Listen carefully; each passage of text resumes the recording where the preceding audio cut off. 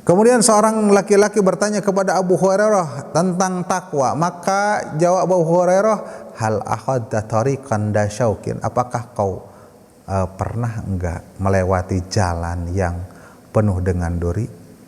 Dia menjawab, na'am. Maka kemudian Abu Hurairah mengatakan, fama sana'ta, lalu apa yang kau lakukan ketika banyak itu? Maka apabila aku melihat duri-duri, maka aku melewatinya, tidak menginjaknya, aku berhati-hati dari sana, kan seperti itu. Maka kata Abu Hurairah, zakat taqwa, itulah yang dimaksud dengan ketakwaan. Assalamualaikum warahmatullahi wabarakatuh.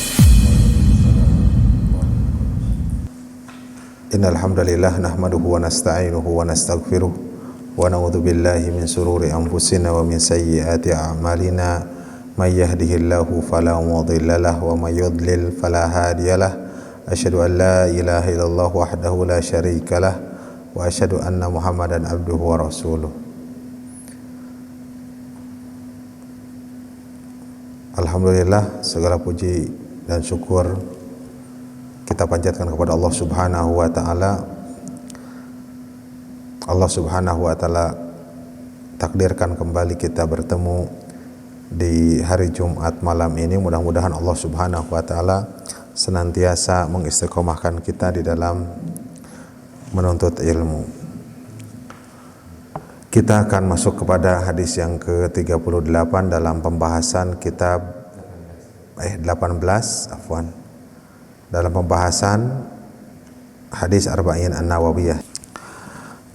Sabda Rasulullah sallallahu alaihi wasallam, ittaqillaha haitsuma kunta, bertakwalah kepada Allah haitsuma kunta, di mana saja dan kapan saja engkau berada. Ini adalah merupakan perintah untuk bertakwa, ya, di mana saja dan kapan saja, karena lafadz haitsu ini merupakan keterangan waktu juga keterangan tempat, ya, keterangan waktu atau keterangan tempat. Dan ini memungkinkan dua perkara, yang tadi, yaitu waktu dan tempat. Makanya di mana saja dan kapan saja. Perintah takwa kepada Allah Subhanahu wa taala di sini menunjukkan kepada wajib, karena takwa merupakan pokok yang agung di antara pokok-pokok agama. Allah telah memerintahkan kepada nabinya untuk bertakwa dengan firman-Nya dalam surat Al-Ahzab ayat 1. Ya ayyuhan nabiyyu taqillah, wahai Nabi, ittaqillah, bertakwalah kepada Allah. Ini perintah kepada Nabi.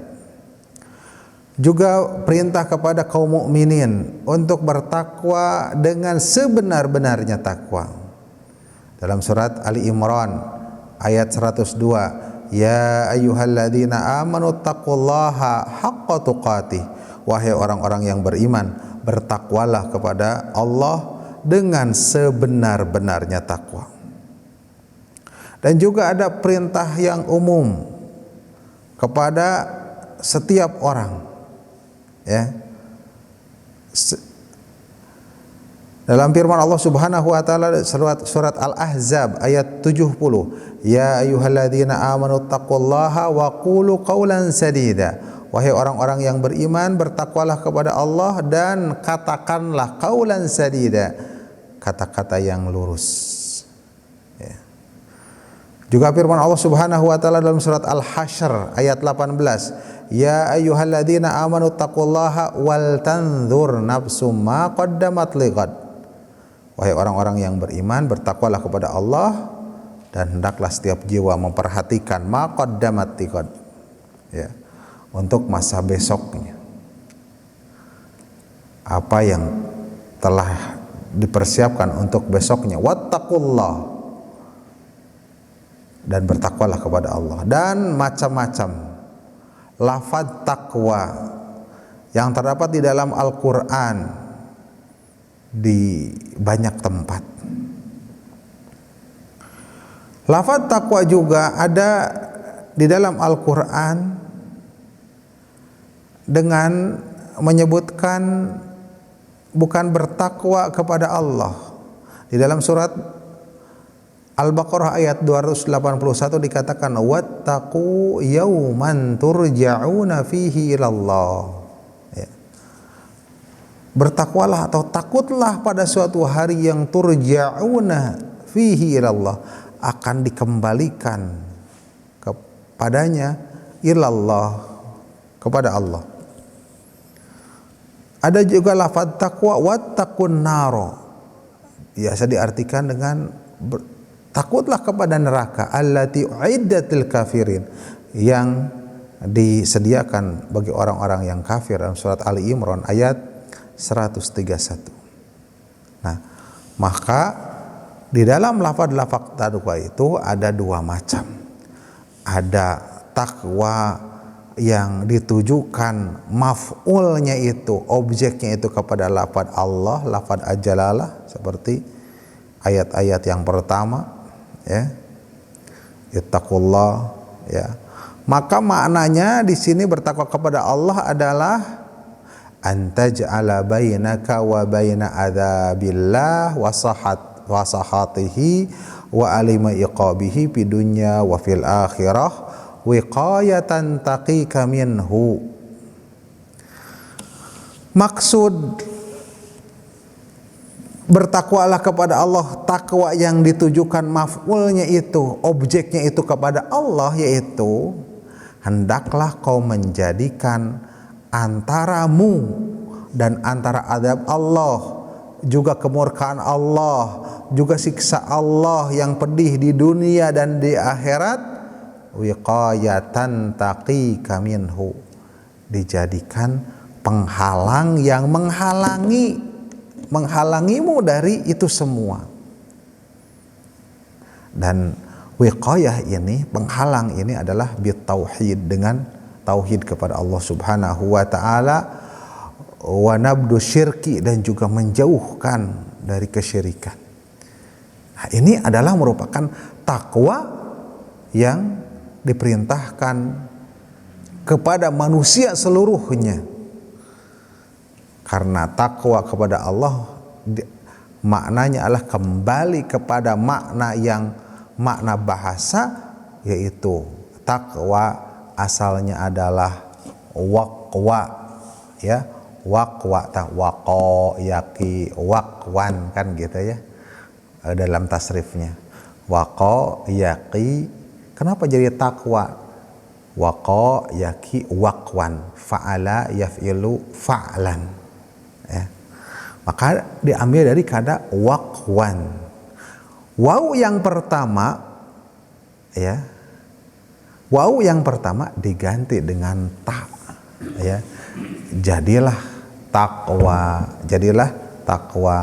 dan ini adalah diambil dari kata wiqayah, yaitu penghalang, ya, penghalang, yang menghalangi, waqahu yaqihi wiqayatan, yang menghalangi sesuatu, ya. Yang menghalangi itu apa? Apabila kita menjadikan di antara kita dengan yang lain, itu penghalang, ya. Itu namanya wiqayah secara bahasa. Jadi yang bertakwalah kepada Allah, halangilah, ya, antaramu dengan azab Allah, dengan kemurkaan Allah itu. Dengan apa menghalanginya? Dengan bertauhid dan menjauhi kesyirikan, begitu. Kemudian perintah takwa kepada Allah Subhanahu wa taala terdapat di dalam Al-Qur'an ada 3 tingkatan. Tingkatan yang pertama adalah takwa yang diperintahkan kepada seluruh manusia, sebagaimana dalam firman Allah Subhanahu wa taala surat An-Nisa ayat 1. Perintahnya kepada seluruh manusia. Ya ayyuhan nasu taqu rabbakum. Wahai manusia, wahai seluruh manusia, ittaqu rabbakum, takwalah kepada Rabb kalian. Ini apa maksudnya, maknanya ini perintah takwa kepada seluruh manusia? Maknanya hendaklah seluruh manusia itu Islam, tunduk, yaitu dengan benar-benar mentauhidkan Allah Subhanahu wa taala dan melepaskan diri, menjauhkan diri dari kesyirikan. Ya, itu maksudnya takwa di sini. Maka barang siapa yang dia datang dengan tauhid dan dia selamat dari kesyirikan, maka sungguh dia telah bertakwa dengan seagung-agung macam ketakwaan. Ya. Macam ketakwaan, takwa itu kan banyak amalannya, dan seagung-agungnya adalah tauhid kepada Allah Subhanahu wa taala. Oleh karena itu, jamaah dari kalangan mufassirin mentafsirkan surat Al-Maidah ayat 27 yang mengatakan innama yataqabbalallahu minal muttaqin, hanyalah Allah menerima dari orang-orang yang bertakwa, minal muttaqin yakni minal muwahhidin, yaitu dari kalangan orang-orang yang bertauhid. Ya, ini tingkatan yang pertama. Naik lagi tingkatan yang kedua, takwa yang diperintahkan kepada seluruh orang-orang yang beriman. Firman Allah Subhanahu wa taala, ya ayyuhalladzina amanu taqullaha, wahai orang-orang yang beriman, bertakwalah kepada Allah. Tadi ya ayyuhan nas, sekarang ya ayyuhalladzina amanu, wahai orang-orang yang beriman.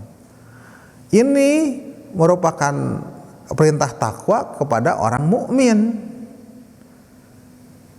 Yang takwa ini maksudnya setelah dia bertauhid kepada Allah Subhanahu wa taala dan menjauhi kesyirikan, kan tadi yang pertama. Ini melakukan hak takwa. Hak takwa maksudnya setelah mereka bertauhid, menjauhi kesyirikan, kemudian mengamalkan ketaatan-ketaatan kepada Allah di atas cahaya dari Allah Subhanahu wa taala, yakni didasari dengan ilmu. Wa ayatruka maksiatallah, dan meninggalkan maksiat kepada Allah ala nuri minallah. Meninggalkan maksiat kepada Allah di atas cahaya dari Allah Subhanahu wa taala. Yaitu meninggalkan perkara-perkara keharaman-keharaman, melaksanakan perkara-perkara yang wajib, ya, menjauhi perkara-perkara yang dimurkai oleh Allah Subhanahu wa taala, dan menjauhkan diri dari perkara-perkara yang mengakibatkan azabnya Allah Subhanahu wa taala. Ya. Dan takwa bagi kaum mukminin ini bertingkat-tingkat. Ya. Dan yang paling tingginya adalah sudah sampai kepada bukan hanya meninggalkan yang haram, melaksanakan yang wajib, melaksanakan yang sunnah, menjauhi yang makruh, bukan. Itu masih level-level pertama dan pertengahan. Paling tingginya adalah, yaitu sebagaimana dikatakan oleh Nabi SAW, la yablughul abdu an yakuna minal muttaqin, tidaklah seorang hamba sampai kepada derajat orang-orang yang bertakwa hatta yada'a ma la ba'sa bihi hadaron lima bihil ba'su, yaitu dia sampai bisa meninggalkan perkara yang tidak apa-apa, tapi dia tinggalkan itu khawatir, takut terjadi apa-apa. Ya, sampai seperti itu. Ini nggak apa-apa dilakukan juga, gitu. Tapi nggak dilakukan, takut ada apa-apa. Nggak haram, nggak makruh mungkin. Ya. Dia nggak mau memakannya. Padahal mah nggak apa-apa dimakan juga, tapi kalau dimakan takut ada apa-apa, gitu. Seperti itu. Nah, ini takwa sampai tingkatan yang paling tinggi. Ya. Jadi yang ini yang disebut dengan sampai martabat zuhud dan wara, ya. Martabat zuhud dan wara. Berarti kalau orang yang seperti itu ya sudah tidak berbicara masalah subhat, makruh, haram, ya sudah. Yang boleh-boleh saja dia masih hati-hati juga seperti itu. Martabat yang ketiga, takwa yang diperintahkan kepada orang yang sudah bertakwa dan yang paling bertakwa. Siapa itu? Yaitu Nabi kita sallallahu alaihi wasallam. Maka kata Allah Subhanahu wa taala dalam surat Al-Ahzab tadi, ya ayuhan nabiyyu taqillaha, wahai nabi ittaqillah, bertakwalah kepada Allah. Dan orang yang diperintahkan dengan sesuatu yang dia itu sudah menghasilkan, sudah seperti itu, tapi tetap diperintahkan untuk seperti itu, maka maknanya adalah perintah supaya tetap dalam keadaan seperti itu. Ya. Orang sudah soleh, sing soleh, maksudnya tetap dalam keadaan soleh. Ya. Ya. Tetap istiqomah. Maka makna perintah Allah Subhanahu wa taala, ya ayuhan nabiyyu taqillaha, wahai nabi bertakwalah kepada Allah, yakni usbut ala muqtadayati taqwa. Tetaplah, teguhlah atas konsekuensi dari ketakwaan itu. Selanjutnya, wala tuti'il kafirina wal munafikin, dan janganlah kau taati orang-orang yang kafir dan orang-orang munafik. Ini di antara konsekuensinya. Ya. Ya. Jadi kalau seorang yang sudah seperti itu, dengan bersifat seperti itu, diseru untuk bersifat seperti itu juga, maka maksudnya adalah tetaplah. Sebagaimana firman Allah Subhanahu wa taala dalam surat An-Nisa ayat 136. An-Nisa ayat 136, gimana katanya? Ya ayyuhalladzina amanu, wahai orang-orang yang beriman, aminu billahi. Orang beriman disuruh beriman. Ya ayyuhalladzina amanu aminu. Ya wahai orang-orang yang beriman, berimanlah kepada Allah. Maka orang yang beriman itu dipanggil dengan keimanannya, kemudian diperintahkan untuk beriman. Maknanya adalah tetap dalam kesempurnaan iman, ya. Kesempurnaan iman dan menyempurnakan penegak keimanan itu bagaimanapun keadaannya, karena iman itu kan bertingkat-tingkat. Inilah lafaz takwa di dalam Al-Quran. Kemudian sabda Nabi Shallallahu Alaihi Wasallam kembali lagi kepada hadis, ittaqillaha haitsu ma kunta, bertakwalah kepada Allah di mana saja kamu berada dan kapan saja. Ini adalah khitabnya juga ditujukan kepada ahlul iman, yakni ditujukan kepada golongan yang mana, ke satu, kedua atau ketiga, yaitu golongan kedua. Ya. Supaya bertakwa di mana saja dan kapan saja dia berada, yaitu mengamalkan ketaatan dan meninggalkan perkara yang diharamkan, sebagaimana dikatakan oleh ulama tabi'in yang bernama Talq bin Habib rahimahullah. Takwa kepada Allah adalah anta amala bi taatillah ala nuri minallah. Kau mengamalkan ketaatan kepada Allah di atas cahaya dari Allah. Tarju sawaballah, dengan berharap pahala dari Allah Subhanahu wa taala. Kemudian kata Talq bin Habib diteruskan, wa anta truka ma'siyatallah, dan kau meninggalkan maksiat kepada Allah ala nuri minallah, di atas cahaya ilmu dari Allah. Jadi meninggalkannya di atas cahaya ilmu. Tahsyaiqaballah, dengan rasa takut kepada siksa Allah Subhanahu wa taala. Kemudian seorang laki-laki bertanya kepada Abu Hurairah tentang takwa, maka jawab Abu Hurairah, hal akhadta tariqan dasyaukin, apakah kau pernah enggak melewati jalan yang penuh dengan duri? Dia menjawab, na'am. Maka kemudian Abu Hurairah mengatakan, fama sana'ta, lalu apa yang kau lakukan ketika banyak itu?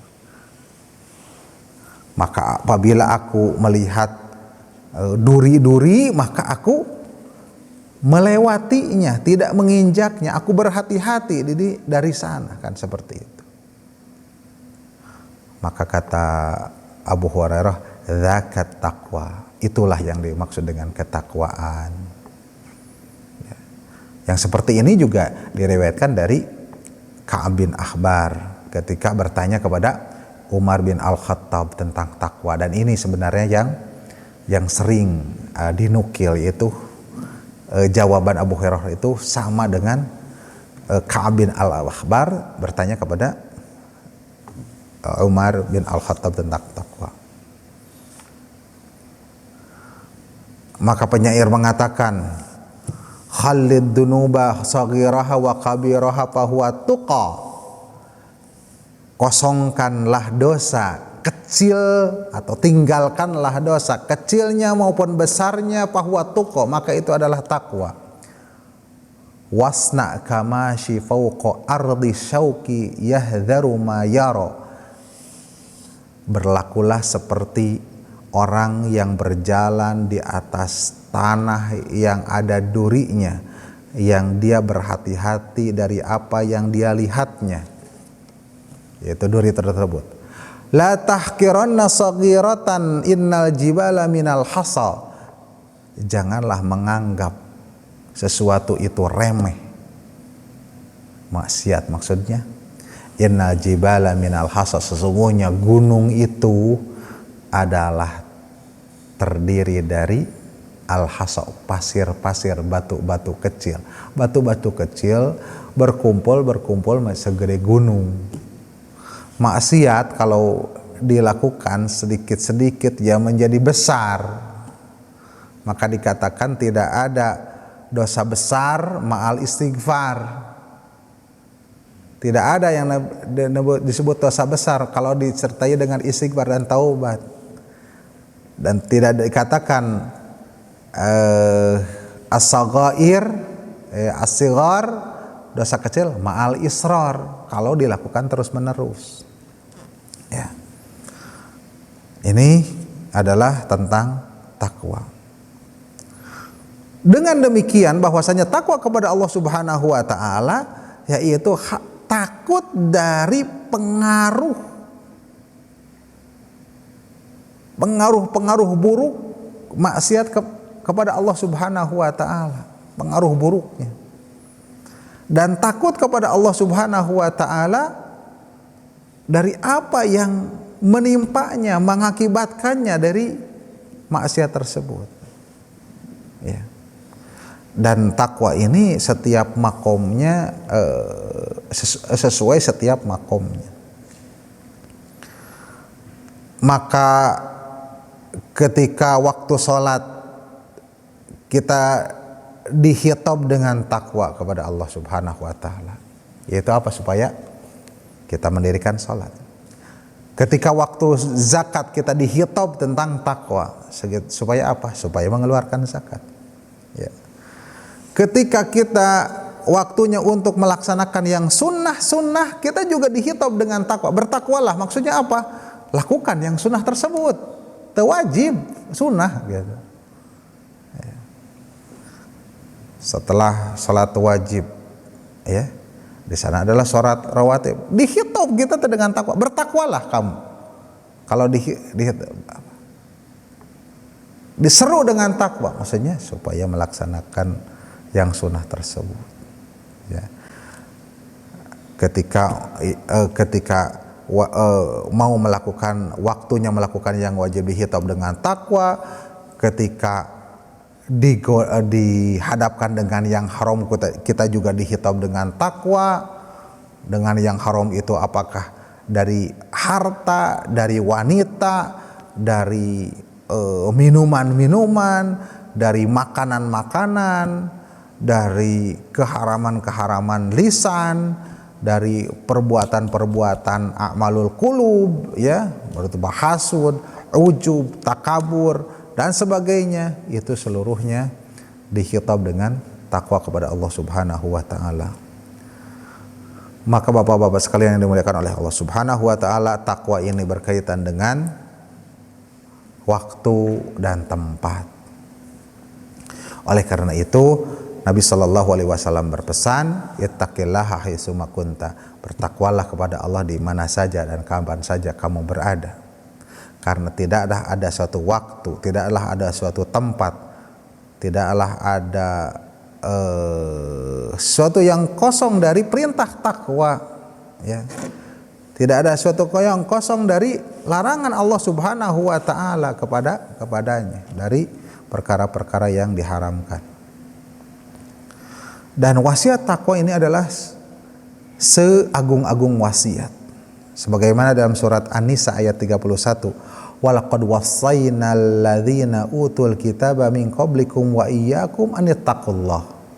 Dan sungguh kami telah berwasiat kepada orang-orang yang diturunkan Alkitab min qablikum, dari sebelum kalian, wa iyyakum, dan kepada kalian, an ittaqullah, untuk bertakwa kepada Allah. Dari dulu hingga dari nabi-nabi dulu yang diturunkan Alkitab sampai Nabi kita Muhammad Sallallahu Alaihi Wasallam dan umatnya diseru, diwasiatkan untuk bertakwa.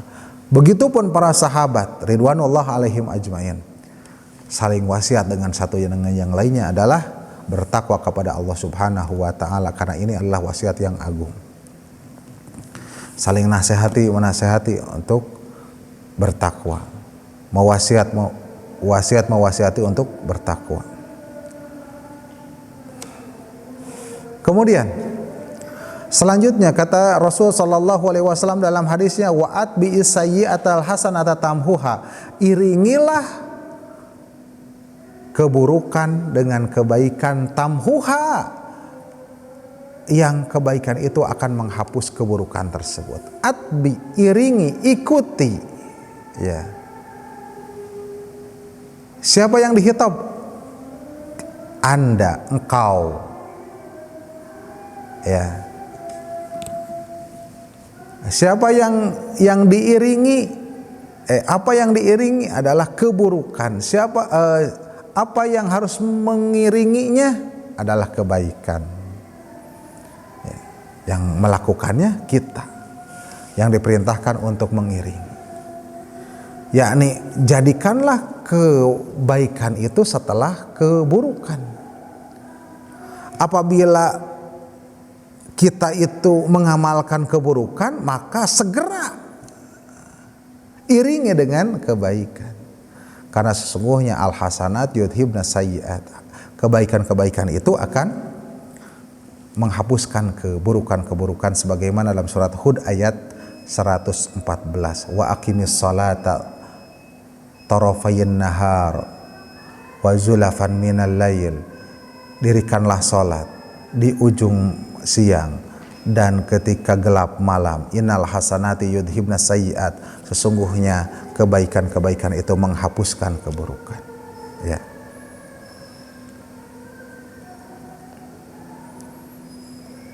Di dalam Sahih Bukhari dan yang lainnya, bahwasanya ada seorang laki-laki yang melakukan sesuatu perbuatan yang tidak pantas kepada seorang perempuan, yakni menggodanya, bukan hanya menggodanya, sampai menciumnya. Maka datang kepada Nabi Shallallahu Alaihi Wasallam dan mengabarkan apa yang telah dilakukannya. Begitulah kalau zaman Nabi, setelah berdosa itu segera lapor, ya. Maka turunlah ayat ini, wa aqimis salata tarafayn nahar wa zulafan minal lail innal hasanata yudhibna sayyi'at. Maka kata laki-laki tersebut, ya Rasulullah, apakah ayat ini untukku? berkaitan denganku, maka kata Nabi li jami'i ummati kullihim, untuk seluruh. Di kasus lain bahwasanya laki-laki tersebut datang kepada Nabi Shallallahu Alaihi Wasallam, ya, kemudian dia mengakui telah berbuat sesuatu yang mengakibatkan had, maka Nabi Shallallahu Alaihi Wasallam mengatakan, alaisa qad shallaita ma'ana, bukankah kau sudah salat bersama kami berjamaah? Iya, dia bilang. Fa innallaha qad ghafara laka dzanbaka aw qala haddaka, sungguh Allah Subhanahu wa taala telah mengampuni dosa-dosamu, atau Nabi Shallallahu Alaihi Wasallam mengatakan itu adalah had bagimu. Cukup dulu. Iya, maka di dalam dua kasus ini berarti seseorang itu harus beristighfar dengan dosa-dosanya, atau seseorang juga setelah melakukan keburukan dia melakukan kebaikan-kebaikan. Yang satu diniatkan untuk menghapus dosa, yang satu ada kasus yang secara otomatis tidak diniatkan tetapi menghapuskan. Wassallallahu ala nabiyyina Muhammadin wa ala alihi wa sahbihi ajmain.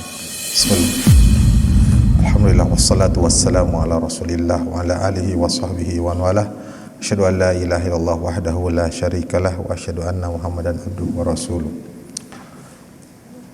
Kita lanjutkan sabda Nabi sallallahu alaihi wasallam, wa'at bi sayyi'atal hasanata tamhuha.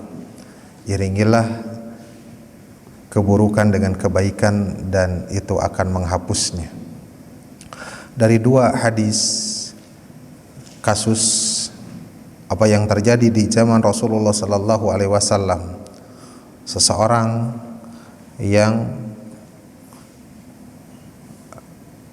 melakukan suatu perbuatan pelanggaran terhadap seorang wanita.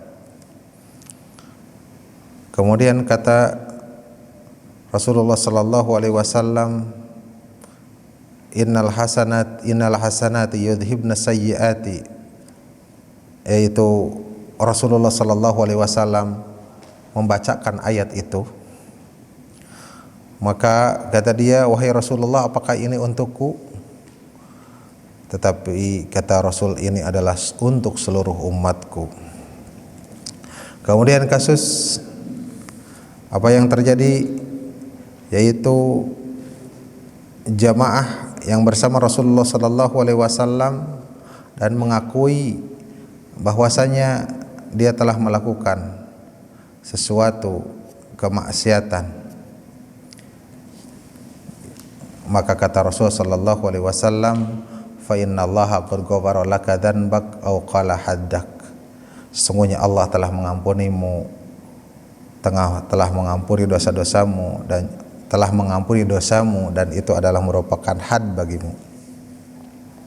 Ini menunjukkan bahwasanya seorang mukmin wajib untuk beristighfar kepada Allah Subhanahu wa taala dari keburukan-keburukan yang dia lakukan, dan juga berusaha untuk menghapuskan keburukan tersebut. Yaitu apa? Berusaha untuk menghapuskannya dengan melakukan kebaikan-kebaikan. Itu melaksanakan kebaikan itu akan menghapuskan keburukan.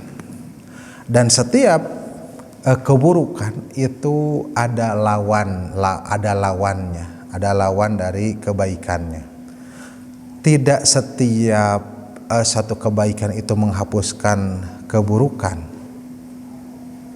karena keburukan itu berlevel-level, kebaikan itu juga berlevel-level. Maka contohnya, orang yang bersumpah selain Allah, bukan demi Allah tetapi demi yang lainnya, walaupun itu adalah sesuatu yang mulia, misalkan demi Ka'bah atau demi Rasulullah, tetapi tidak mengucapkan demi Allah, itu kan tidak boleh. Itu telah melakukan kesyirikan, ya. Maka untuk menghapus dari kesalahan sumpahnya tersebut, maka dia harus mengucapkan kalimah tauhid la ilaha illallah, maka sebanding, ya, maka sebanding. Ini lafaz yang membawa kesyirikan, ini lafaz tauhid, ya. Ada bandingannya, ada bandingannya. Maka bila seseorang telah melakukan suatu perbuatan dosa yang besar, maka menghapusnya tuh ya dengan sedekah yang besar, dengan sholat yang banyak, ya, bukan sholat dengan 2 rakaat, tetapi sholatnya menghapusnya dengan sholat sunat yang banyak, kan seperti itu. Sedekahnya juga yang banyak, seperti itu, karena dosanya juga besar, ya, seperti itu. Dan dari menghapus, tentang menghapuskan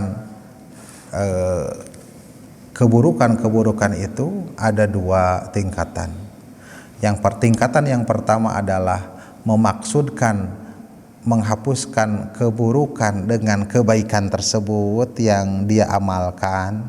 Jadi ketika seseorang itu mengamalkan, apakah itu sedekah, apakah itu salat tahajud, ini diniatkan untuk menghapuskan dosa saya yang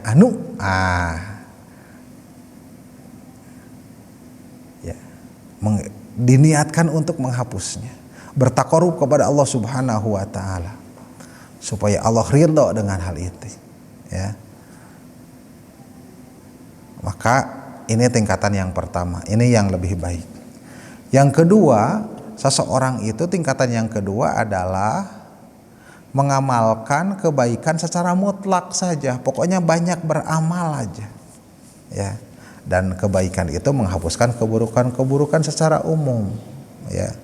Dan setiap kebaikan ada lawannya tadi, ada yang lawannya tadi. Dan Allah Subhanahu wa taala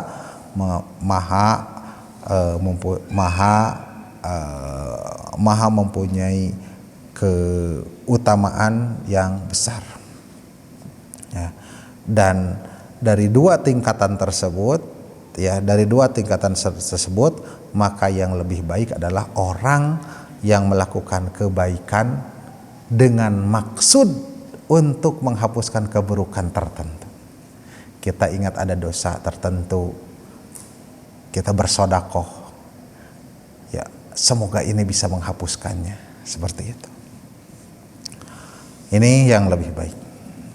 Kemudian pesan Rasulullah SAW yang terakhir, wa khaliqin nasa bi khuluqin hasanin, dan pergaulilah manusia dengan akhlak yang baik, ya. Yang dimaksud di sini adalah kaum mukminin, dan mempergauli dengan mereka, kepada mereka dengan seluruh akhlak yang baik. Akhlak yang baik kita pergaulilah mereka kepada kaum mukminin, bermuamalah dengan muamalah yang adil, yang adil,